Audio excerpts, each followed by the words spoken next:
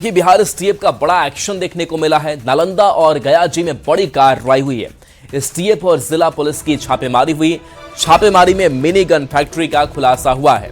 भारी संख्या में हथियार उपकरण जब्त किए गए हैं। अवैध हथियार के साथ 5 गिरफ्तार किए गए हैं। 8 देसी कट्टा कारतूस बरामद किया गया है। नीमचक और बथानी में कार्रवाई हुई है। मुख्य सरगना सनोवर खान की गिरफ्तारी हुई है। तो बड़ी खबर इस वक्त की, बिहार एसटीएफ का बड़ा एक्शन देखने को मिला है। नालंदा और गयाजी में बड़ी कार्रवाई हुई है।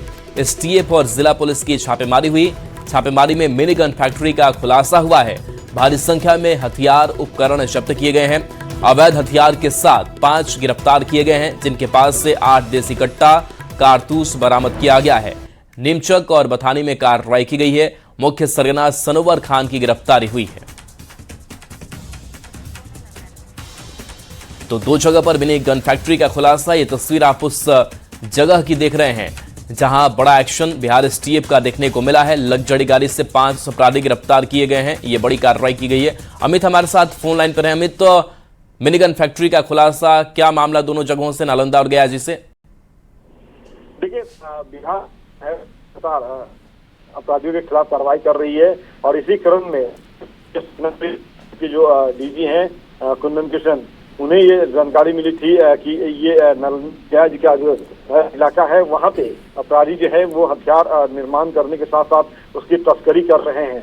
और इसी इनपुट के आधार पर जो है एसओजी की टीम को अलर्ट किया गया और नालंदा और गयाजी पुलिस के साथ संयुक्त कार्रवाई की गई। और कार्रवाई के दौरान नालंदा और गया जिले के जो बॉर्डर इलाके हैं वहाँ पे अलग छुपानी की गई और छुपानी के दौरान जो है ये मिनी गन फैक्ट्री का उद्भेदन किया है। एसटीएफ ने 8 देसी कट्टा जो है 4 जो है जिंदा कारतूस के साथ 1 स्कॉर्पियो वाहन और उसके अलावा जो 4 लोग यहाँ गिरफ्तार किए गए थे, जिसमें सनोवर खान जो है वो मुख्य सरगना है इस गैंग का। इस मिनी गन फैक्ट्री का संचालक वो है। और उससे जब पूछताछ की गई सख्ती से तो उसने बताया एक और शख्स के बारे में। इसके बाद वहाँ पे छापेमारी की गई और उस 1 देसी कट्टा, उसके अलावा जो है 1 लेथ मशीन के अलावा है 2 ड्रिल मशीन बरामद किए गए। तो इस तरह से जो मिनी गन फैक्ट्री जिस उपकरण के माध्यम से ये चलाया जा रहा था, संचालन किया जा रहा था, अवैध हथियार का निर्माण किया जा रहा था और कई जिले में जो है इसकी सप्लाई की जा रही थी, इसका उद्भेदन किया है एसटीएफ ने। और जो जानकारी मिली है डीजी ऑपरेशन कुंदन किशन से, उन्होंने बताया कि अब आगे भी कई इस तरह की कार्रवाइयां होंगी, क्योंकि इनपुट्स लगातार मिल रहे हैं। एक तरफ जहां बिहार सरकार भ्रष्ट अधिकारियों पर नकेल कस रही है, अपनी जो एजेंसियां हैं, चाहे वो ईओयू हो, एसडीयू हो या विशेष निगरानी इकाई, उसके मार्फत जो है वो भ्रष्ट अधिकारियों पर नकेल कस रही है। वहीं दूसरी तरफ एसटीएफ या जिला पुलिस बल जो है वो अपराधियों पर जो है वो नकेल कसने का काम लगातार कर रही है। और जी चलिए, शुक्रिया इस अपडेट के लिए आपका। बांका से बड़ी खबर है, जहां अमरपुर डबल मर्डर मामले में पुलिस ने मुख्य आरोपी का हाफ एनकाउंटर कर दिया है। पुलिस ने हत्याकांड के आरोपी सचिन सिंह को गिरफ्तार किया था, जिसके बाद हथियार रिकवरी के लिए पुलिस उसे जंगल लेकर गई थी। वहीं पर अपराधी ने मौका देखकर उसी हथियार से पुलिस पर फायरिंग कर दी, जिसमें जवाबी कार्रवाई के दौरान पुलिस ने भी गोली चलाई, जिसमें अपराधी सची के पैर में गोली लगी है। घायल अपराधी को इलाज के लिए भागलपुर में भर्ती कराया गया है। एक जगह उसने अपने जो घटना में प्रयुक्त पिस्टल है उसको छुपा के रखा था। पुलिस टीम के साथ जब वो वहाँ पहुँचा तो एकाएक उसने अपना हाथ छुड़ा करके पुलिस टीम के साथ धक्का मुक्की करके आगे भागा, जहाँ से उसने फिर पिस्टल को उठाया और फिर पुलिस टीम पर ही फायरिंग शुरू कर दी। इस क्रम में आत्मरक्षार्थ कंट्रोल्ड फायरिंग करते हुए पुलिस के द्वारा भी फायरिंग की गई और इस क्रम में जो यह व्यक्ति है, अपराधी है, इसके पैर में गोली लगी है। इसके तुरंत बाद इस अपराधी को इलाज के लिए बांका सदर अस्पताल भेजा गया है, जहां से उसे भागलपुर JLMCH रेफ़र कर दिया गया है। इस क्रम में जो है इस अपराधी की भी गिरफ्तारी हो चुकी है और इस अपराधी का लंबा आपराधिक इतिहास रहा है। बांका डबल मर्डर में देर रात जो है सचिन सिंह जो मुख्य आरोपी है को पुलिस इनकाउंटर में जो है गोली लगी है। अपराधी को रांची से पकड़कर पुलिस बांका लाई थी और अब जो है आप देख सकते हैं कि सचिन सिंह को जवाहरलाल नेहरू चिकित्सा अस्पताल लाया गया है। यहाँ इसका इलाज कराया जाएगा। अपराधी के पैर में गोली लगी है और लगातार जो है पुलिस जो है यहाँ पर पहुंची हुई है सचिन सिंह को लेकर। देर रात जो है यह घटना को अंजाम दिया गया है और जब यह पुलिस जो है अपराधी को लेकर हथियार की बरामदगी के लिए गई हुई थी, इसी दौरान अपराधी के द्वारा जो है पुलिस वालों को धक्का देकर हथियार ले लिया गया और पुलिस पर फायरिंग कर दी, जिसके बाद पुलिस ने भी जवाबी फायरिंग की है, जिसमें अपराधी के पैर में गोली लगी है और घायल सचिन सिंह को जो है इलाज के लिए जवाहरलाल नेहरू चिकित्सा अस्पताल लाया गया है। वहीं पुलिस की टीम जो है लगातार इसके साथ है और यहाँ पर अब इसका इलाज किया जाएगा। कहा जा सकता है कि बांका पुलिस को बड़ी सफलता मिली है। डबल मर्डर में जो है मुख्य आरोपी जो है सचिन सिंह, उसकी गिरफ्तारी के बाद जो है यह घटना सामने आई है और अपराधी के पैर में गोली लगी है। आशीष रंजन, न्यूज 18 भागलपुर। और फोन लाइन पर आशीष हमारे साथ जुड़े हुए हैं। आशीष से क्या अपडेट है इस हाफ एनकाउंटर मामले को लेकर अभी? ये मुख्य आरोपी सचिन सिंह जो है इसकी गिरफ्तारी रांची से हुई थी और रांची से जब पुलिस इसे लेकर बांका पहुंची थी, इसी दौरान उससे पूछताछ की गई थी कि हत्या में जो हथियार प्रयुक्त किया गया था वो कहां इसने छुपाया है। उसके बाद हथियार की बरामदगी के लिए पुलिस इसे लेकर बलिया गांव के जंगल में गई थी और वहीं पर जहां पर इसने हथियार छुपाया था वहां पर जब पुलिस गई तो इसने जो है पुलिस वालों से हाथ छुड़ा लिया और जाकर हथियार ले लिया और हथियार लेकर जो है पुलिस वालों पर फायरिंग इसने शुरू कर दी, जिसके बाद जवाबी कार्रवाई में पुलिस ने भी गोली चलाई है, जिसमें पुलिस की गोली जो है अपराधी के पैर में लगी है। उसके बाद इसे इलाज के लिए जवाहरलाल नेहरू चिकित्सा अस्पताल लाया गया है, जहां इसका इलाज किया जा रहा है। कहा जा सकता है कि बड़ी सफलता जो है पुलिस को मिली है। डबल मर्डर के बाद लगातार पुलिस जो है अपराधियों की गिरफ्तारी के लिए छापेमारी कर रही थी। इससे पहले भी एक अपराधी की गिरफ्तारी हुई थी। वहीं सचिन सिंह की गिरफ्तारी जो है मुख्य आरोपी है डबल मर्डर का, इसकी गिरफ्तारी के बाद इसने जो है पुलिस पर फायरिंग की और उसके बाद जो है पुलिस ने जवाबी कार्रवाई में जो है यह घायल हुआ है। जी चलिए, शुक्रिया इस अपडेट के लिए आपका। भोजपुर से बड़ी खबर है, जहां गढ़हनी थाना क्षेत्र में पुलिस और अपराधियों के बीच हुई मुठभेड़ के बाद पुलिस ने 2 बदमाशों को गिरफ्तार कर लिया। अज्ञाव खरैजा बाजार में हुई इस कार्रवाई के दौरान दोनों ओर से कुल 9 राउंड फायरिंग की गई। पुलिस ने गिरफ्तार आरोपियों के पास एक देसी पिस्टल, 2 जिंदा कारतूस और 2 मोबाइल फोन बरामद किए हैं। हालांकि इस घटना में किसी भी पक्ष के हताहत होने की सूचना नहीं है।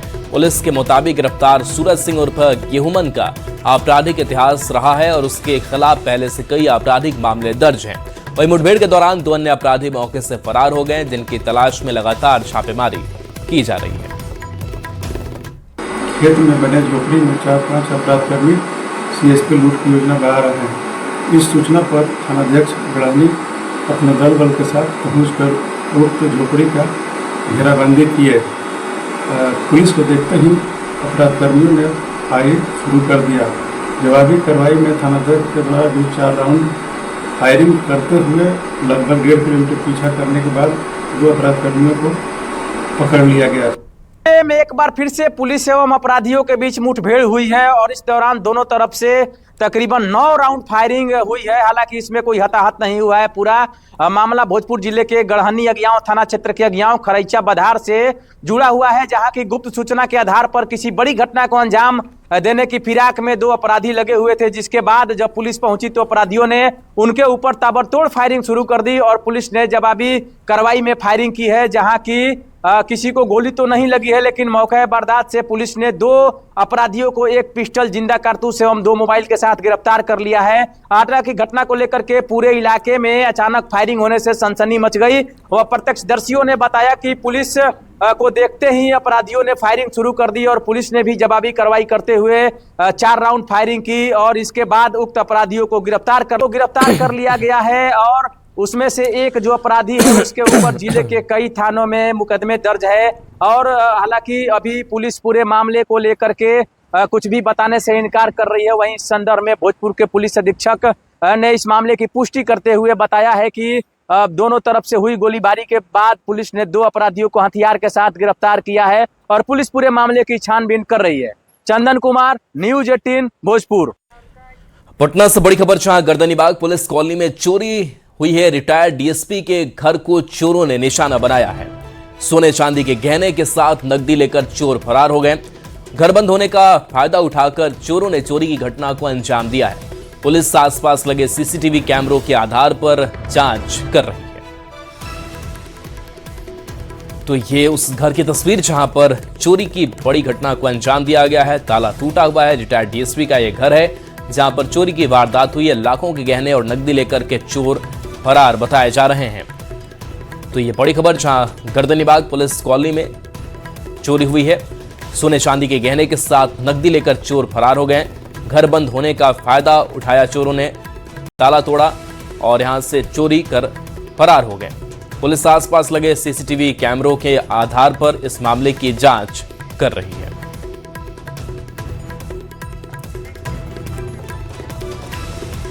खबर खगड़िया से है, जहां चलती ट्रेन में मोबाइल चोरी की कोशिश करने वाला एक शातिर चोर यात्रियों के हत्थे चढ़ गया।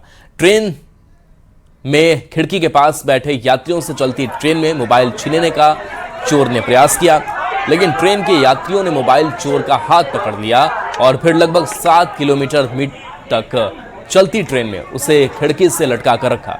अब ये वीडियो सोशल मीडिया पर तेजी से वायरल है। वीडियो मानसी स्टेशन से लेकर खगड़िया स्टेशन तक का बताया जा रहा है। वायरल वीडियो में आप देख सकते हैं किस तरह ट्रेन में बैठे यात्री मोबाइल चोर का हाथ पकड़े हुए हैं और मोबाइल चोर ट्रेन के खिड़की से लटका हुआ है। ट्रेन जब मानसी से खगड़िया पहुंच गई, ट्रेन के रुकने के बाद मोबाइल चोर को पुलिस के हवाले कर दिया गया। क्यों पकड़ाई ये लोग? अभी सर लोग पकड़ा है, हम आदमी देख रहे थे। अच्छा मोबाइल नहीं खींच रहे थे। अच्छा, मोबाइल नहीं खींच रहा था, फिर भी ये पकड़ा है।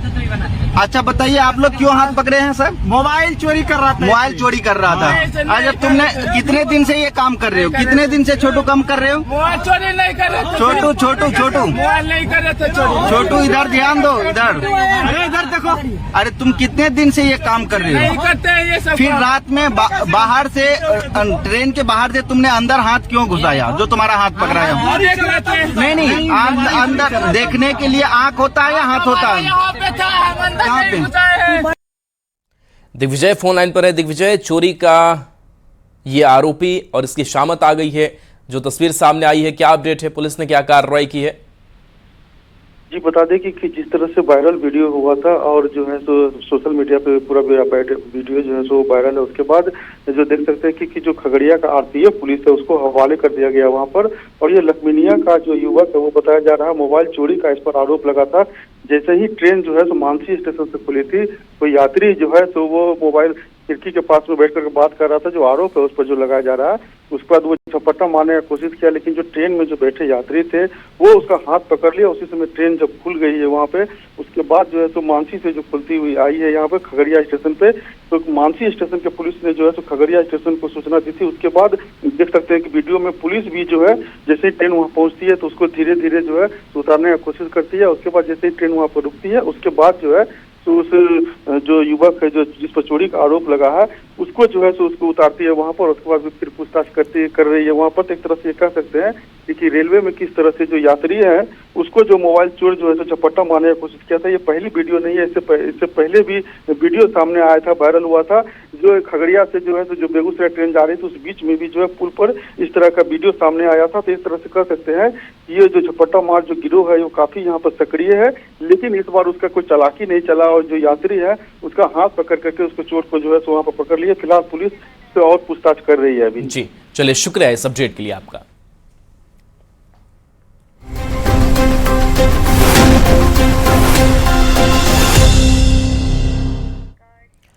बात अब बिहार के बांकीपुर विधानसभा उपचुनाव से जुड़ी खबर की। बीजेपी ने अपना प्रत्याशी बदलते हुए अभिषेक सिन्हा और बंटी की जगह नीरज सिन्हा को टिकट दिया है।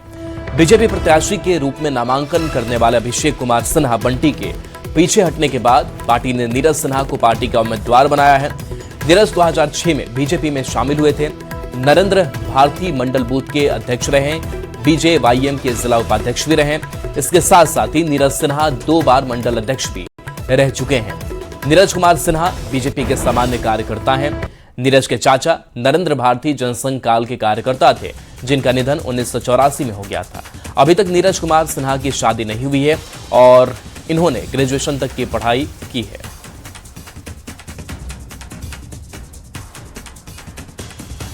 अचानक मैं तो अपने बूथ पर पर्ची बांट रहा था, अचानक फ़ोन आया कि आपका नाम चल रहा है, तो लेकिन हम उतना नहीं, लेकिन यहाँ से फ़ोन आया तो हम बुलाहट हुआ तो मैं आया। तो मैं ऐसा देख रहा हूँ कि मुझे एक बूथ लेवल का कार्यकर्ता को भारतीय जनता पार्टी इस जगह पर पहुँचाई है। मैं तो कल्पना भी नहीं कर रहा था कि मैं यहाँ तक अभी पहुँच पाऊँगा, जो मेरा उम्र है अभी। लेकिन मैंने अपनी कार्य क्षमता से, मैं बूथ अध्यक्ष का काम करता था, वहाँ पर उस पर्ची बांट रहा था, मुझे जानकारी मिली तो अभी मैं यहाँ पे पहुँचा हूँ। शीर्ष नेतृत्व का मेरा बहुत बहुत आभार है। उन्होंने मुझे इस लायक समझा कि एक छोटा सा आम कार्यकर्ता को इस जगह पर चुनाव दिया है, टिकट दिया है। इसके लिए मैं शीर्ष नेतृत्व का बहुत बहुत आभार करता हूँ। हमारे प्रदेश अध्यक्ष जी का इसके लिए बहुत आभार है मन से। मुझे बहुत खुशी हो रही है, इसके लिए मैं शीर्ष नेतृत्व और प्रदेश अध्यक्ष जी और राष्ट्रीय अध्यक्ष हमारे नितिन नवीन जी का बहुत बहुत आभार है। और अमित शाह जी और नरेंद्र मोदी जी जैसे इतने अच्छे नेता, जो एक बूथ अध्यक्ष से लेकर के ज़मीनी कार्यकर्ता को यहाँ एमएलए तक के टिकट देने के लिए यहाँ से होते हैं, और लोगों की तरह नहीं, एक बूथ लेवल के लोगों को इस जगह तक पहुंचा दिया है। इसके लिए उन सभी लोगों का शीर्ष नेतृत्व का आभार है। मैं चाहता हूं कि सभी जीत तो बहुत ज़बरदस्त होने जा रही है, और सभी कार्यकर्ताओं के साथ मिलकर और हमारे आम जनता हम लोग के बांकीपुर नमन को बहुत बहुत आशीर्वाद देने जा रही है। इसके लिए मैं राष्ट्रीय अध्यक्ष जी, जो उनके कार्य को देख करते हुए आज ये लोग यहाँ पे देंगे। वहीं अभिषेक सिन्हा के नामांकन वापस लेने और बीजेपी के नए उम्मीदवार नीरज सिन्हा की घोषणा के साथ ही बिहार में सियासत गर्मा गई है। विपक्ष बीजेपी पर हमलावर नजर आ रहा है। भारतीय जनता पार्टी के राष्ट्रीय नेतृत्व ने जो पॉकेट से राष्ट्रीय अध्यक्ष बनाने का काम किया था, तो राष्ट्रीय अध्यक्ष ने भी पॉकेट से अपने चुनाव क्षेत्र में उम्मीदवार देने का काम किया। ये जो भारतीय जनता पार्टी पॉकेट की राजनीति कर रही है, उसके कारण अपने ही मकर जाल में फंस गई और अंततः अभिषेक कुमार बंटी को उम्मीदवारी वापस लेना पड़ा।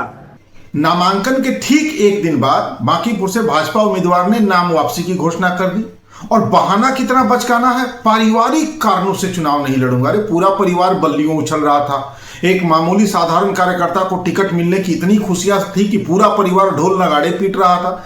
कम से कम बहाने की स्क्रिप्ट तो अच्छी लिखवाते भाई। और सच्चाई यह है कि पार्टी की गुटबाजी सतह पर आ गई है। अमित शाह जी की परमिशन के बिना राष्ट्रीय अध्यक्ष जी को भ्रम हो गया था कि वो टिकट दे सकते हैं। मुख्यमंत्री बनने के बाद सम्राट चौधरी आज पहली बार हाजीपुर दौरे पर रहेंगे, जहां वे निबंधन कार्यालय में आयोजित कार्यक्रम में शामिल होंगे और कई योजनाओं का उद्घाटन करेंगे। सीएम यहां से 80 साल के बुजुर्गों के लिए अब हर घर से ही रजिस्ट्री की सुविधा की योजना की शुरुआत करेंगे। साथ ही पेपरलेस निबंधन योजना की भी शुरुआत होगी। सीएम के दौरे को लेकर प्रशासन की ओर से तैयारी पूरी कर ली गई है। तो आज पहली बार हाजीपुर में सीएम सम्राट चौधरी होंगे, जहां निबंधन कार्यालय का जायजा वो लेंगे। इसके साथ साथ कई बड़े बदलाव जो है निबंधन सेवा को लेकर के वो किया गया है। डिजिटल है, सुरक्षित रहेगा, अच्छा चीज है, सब डॉक्यूमेंट सुरक्षित रहेगा। एक और योजना है कि 80 साल के वृद्ध को रजिस्ट्री घर ही पर उनका रजिस्ट्री हो जाएगा। 80 साल के जो भी वृद्ध है उनका घर पर ही रजिस्ट्री हो जाएगी। वो जमीन लिखवाएंगे या लिखेंगे उसके लिए लिखवाएंगे, उसके लिए नहीं है। जो लिखने उनके लिए व्यवस्था है, जो बेचेंगे उनके लिए व्यवस्था है। गयाजी में बिहार के विधायकों का 2 दिवसीय प्रबोधन कार्यक्रम 11 और 12 जुलाई को होने जा रहा है। इसमें बिहार विधानसभा के सभी 243 विधायक शामिल होंगे। इसमें पहले दिन उपराष्ट्रपति सीपी राधाकृष्णन शामिल होंगे। वहीं सीएम सम्राट चौधरी के साथ कई वरिष्ठ जनप्रतिनिधि भी मौजूद रहेंगे। बड़े स्तर पर वीआईपी मूवमेंट को देखते हुए जिला प्रशासन की ओर से सुरक्षा व्यवस्था कड़ी कर दी गई है। 18वीं बिहार विधानसभा के गठन के बाद पहली बार विधायकों के लिए बिपाट कैंपस में प्रबोधन और प्रशिक्षण शिविर आयोजित किया जा रहा है। विधायकों के इस खास कार्यक्रम पर बिहार विधानसभा के स्पीकर डॉक्टर प्रेम कुमार से बात की संवाददाता एलन लिली ने। बिहार के गया जिले के बिपाड में पहली बार जो है सभी विधायकों का प्रशिक्षण होने वाला है, और इसमें तैयारी जो है जिला प्रशासन को जोर शोर से की जा रही है। क्या बात होगी इस पर विधानसभा जो अध्यक्ष है उनसे भी हम बात करते हैं। 2 दिवसीय प्रशिक्षण होने वाला है, क्या कुछ? और भगवान विष्णु की पावन नगरी गया जी में भगवान बुद्ध की ज्ञान स्थली मां मंगलादायनी की पावन धरती पर 2 दिवसीय अष्टादश विधानसभा में नवनिर्वाचित विधायकों का प्रशिक्षण का कार्यक्रम किया गया है। इसका उद्घाटन माननीय उपराष्ट्रपति महोदय करेंगे। इस मौके पर माननीय राज्यपाल महोदय, माननीय मुख्यमंत्री जी, माननीय उप मुख्यमंत्री सहित सभी माननीय मंत्री आ रहे हैं, सभी माननीय विधायक आ रहे हैं जाकर के हैं, और ये प्रबोधन कार्यक्रम जाकर के हैं, यानी माननीय विधायकों को विधायी कार्यों की पूर्ण जानकारी दी जाएगी। लोकसभा से प्राइवेट संस्था है जो सभी राज्यों में जाकर प्रशिक्षण का काम कराने का काम करती है, तो टीम भी आ गई है, तैयारी कर ली गई जाकर के है। ये कार्यक्रम कल प्रारंभ होगा जाकर के और उसके बाद 2 दिवसीय है और 11 को प्रारंभ होकर के 12 तारीख को संपन्न होगा जाकर के। जितने हमारे साथ विधानसभा अध्यक्ष डॉक्टर प्रेम कुमार जी ने बताया कि आज रात से ही जो सभी विधायक जो है वो गया आना शुरू हो जाएगा और कल बीपाड में 2 दिवसीय प्रशिक्षण शुरू हो जाएगा। एलमलिली न्यूज 18 गया जी। पटना सहित बिहार के 26 जिलों में बारिश को लेकर ऑरेंज अलर्ट जारी किया गया है। मौसम विभाग ने चेतावनी जारी करते हुए कहा कि गरज के साथ कई जिलों में भारी बारिश हो सकती है। इस दौरान लोगों से सतर्क रहने को भी कहा गया है। राजधानी पटना सहित बिहार के 26 जिलों में आज बारिश को लेकर मौसम विभाग ने ऑरेंज अलर्ट जारी किया है। और जी हाँ, जिस तरीके से पिछले कई दिनों से बारिश की कमी के कारण जहां फसलों को नुकसान, रोपनी की कमी हो रही थी, वहीं आज लगभग बिहार के तमाम जिलों में 26 से ज्यादा जिलों में जो है वो बारिश की संभावना जताई गई है। और राजधानी अगर पटना की बात करें तो यहाँ सुबह से ही लगातार बारिश हो रही है। आप देख सकते हैं कि जिस तरीके से बारिश हो रही है और इससे उमस भरी जो गर्मी है, इससे लोगों को राहत मिली है और तापमान में भी जो है वो कमी आई है। लेकिन इस लगातार जो बारिश हो रही है उसके कारण कहीं कहीं जो है जल जमाव जैसी स्थिति जो है वो राजधानी पटना में देखी जा रही है। और इसके लेकर के नगर विकास विभाग जो है, नगर निगम जो है वो अलर्ट मोड में आ चुका है। और मौसम विभाग ने बताया है कि और तमाम जो बाकी 12 जिले हैं वहाँ पे भी जो है बारिश जो है हल्की फुल्की हो सकती है। लेकिन साथ साथ ये भी चेतावनी जारी की गई है कि जहाँ पे भी गरज के साथ, जिन जिलों 26 जिलों में बताया गया कि गरज के साथ बारिश हो सकती है, वहाँ पे लोग सावधान रहें, क्योंकि आकाशीय बिजली गिरने की जो संभावना है वो जताई जा रही है। लेकिन इतना है कि जिस तरीके से फसलों को रोपनी को जो लेकर के जो मुश्किल आ रही थी, अभी तक जो है पूरे बिहार में 51% बारिश ही जो है हो पाई थी, जिसके कारण रोपनी के लिए किसानों को काफी मुश्किल हो गई थी। लेकिन अब लगातार बारिश की बात कही जा रही है और खास करके राजधानी पटना में सुबह से ही बारिश हो रही है। तो अन्य जिलों में बारिश के कारण जो है ये किसानों को जो है वो बड़ा फायदा पहुंच सकता है। कैमरा पर्सन संत के साथ Ravi S Narayan, news 18 Patna. News 18